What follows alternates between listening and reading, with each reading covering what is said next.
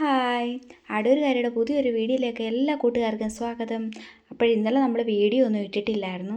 നമുക്കൊരു ചെറിയ hospital case ഉണ്ടായിരുന്നു.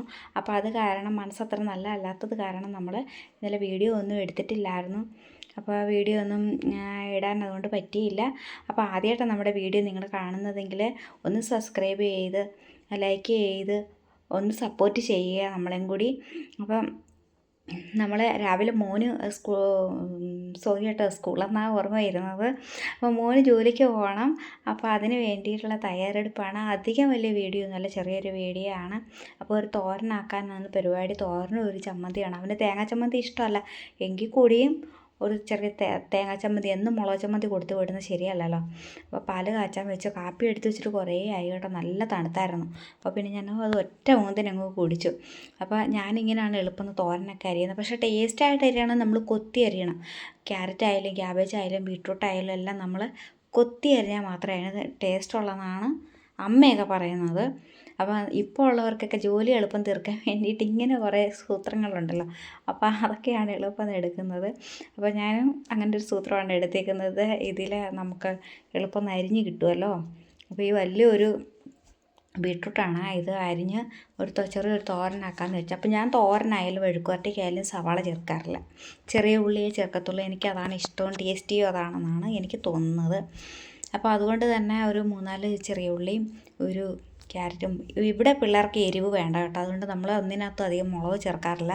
തോരനൊന്നും മുളകേ ഇടാറില്ല, വെഴുക്കിനൊന്നും. പിന്നെ എനിക്കൊരു മുളകെങ്ങാനും ഒന്ന് കടിക്കണമെന്നുണ്ടെങ്കിൽ ഒരെണ്ണം ഞാൻ അതിനകത്ത് അരിഞ്ഞിടത്തുള്ളൂ. അപ്പം നമ്മൾ താഴെ ഇരുന്നാണ് തേങ്ങ തിരുമുന്നത്.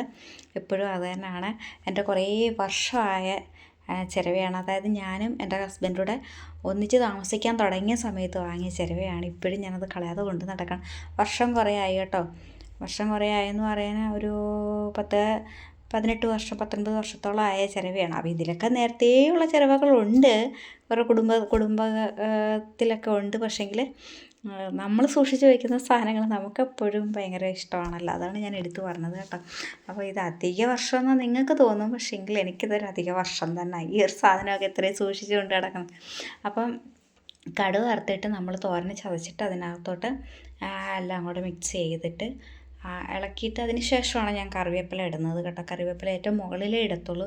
അപ്പോൾ കറിവേപ്പില ഇട്ട് ചെറിയൊരു കൈവെള്ളം കുടഞ്ഞ് കറിവേപ്പില ഇട്ട് ആവിയിൽ വേവിച്ചിട്ടാണ് നമ്മളിത് എടുക്കുന്നത്. അപ്പം ഞാൻ ഇടയ്ക്ക് ഒന്നുകൂടെ പറയട്ടെ, എൻ്റെ വീഡിയോ ആദ്യമായിട്ട് കാണുന്ന നിങ്ങൾ ഒന്ന് സബ്സ്ക്രൈബ് ചെയ്യുക, ഒന്ന് ലൈക്ക് ചെയ്യുക. ഒരു സപ്പോർട്ട്, ചെറിയൊരു സപ്പോർട്ട് ഞാൻ നിങ്ങളിൽ നിന്ന് പ്രതീക്ഷിക്കുന്നുണ്ട്. പ്ലീസ് എല്ലാവരും ഒന്ന് സപ്പോർട്ട് ചെയ്യണം എന്നെയും കൂടി. അപ്പോൾ ചമ്മന്തിക്കാണെങ്കിൽ ഇഞ്ചി, ചുവന്നുള്ളി, മുളക് പൊടി തന്നെ ചേർക്കുന്നത് കേട്ടോ. ലേശം മുളക് പൊടിയും കൂടെ ചേർത്തിട്ട് പുളിയും കൂടെ ചേർത്തിട്ടാണ് ഞാൻ ചമ്മന്തി ആക്കുന്നത്. തേങ്ങ ചമ്മന്തി. മോൻ പോകാൻ റെഡി ആയിട്ടുണ്ട്. മോന് പോകാൻ ടൈമായി നിൽക്കുകയാണ്. അവന് രാവിലെ കഴിക്കാനുള്ളതൊക്കെ കൊടുത്തു.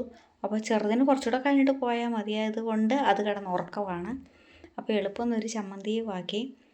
അപ്പോഴത്തേക്ക് നമ്മുടെ തോരനായിട്ടുണ്ട് കേട്ടോ. ഇതാണ് തോരൻ. അപ്പോൾ തോരൻ എല്ലാവർക്കും ഇഷ്ടപ്പെട്ട, ഇതെല്ലാവരും കഴിക്കുന്ന ഒരു തോരനാണല്ലേ. ബീട്രൂട്ട് തോരനും ക്യാരറ്റ് തോരനും എല്ലാവർക്കും ഇഷ്ടമാണ്. അപ്പോൾ ചമ്മന്തിയും ബീട്രൂട്ട് തോരനും. അപ്പോൾ മോന് കൊടുത്തതിൻ്റെ ബാക്കി ഏത്തയ്ക്ക അടിച്ച് തരുന്നത് ഞാനും എടുത്ത് കുടിക്കുകയാണ്. അപ്പോൾ ഇന്നത്തെ വീഡിയോ ഇത്രയൊക്കെ ഉള്ളൂ. അപ്പോൾ പുതിയൊരു വീഡിയോ ആയിട്ട് വരുന്നിടം വരേക്കും എല്ലാവർക്കും ബൈ ബൈ.